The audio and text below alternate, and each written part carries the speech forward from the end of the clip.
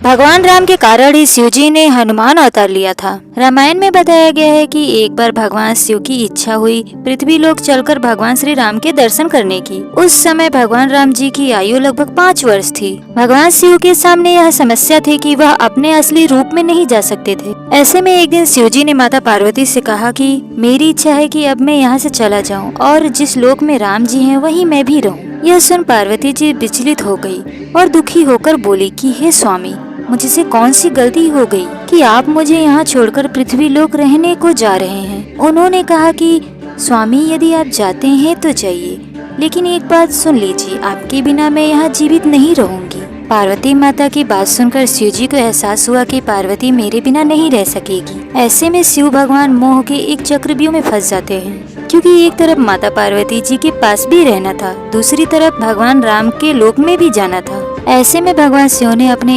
11वें रुद्रों का पूरा राज माता पार्वती को बताया और बोले, देखो पार्वती, इन 11 रुद्रों में एक रूप वानर का अवतार आज मैं लेने वाला हूँ। एक रुद्राक्ष में से आज एक रूप वानर का होगा, बाद में हनुमान के रूप में जाना जाएगा।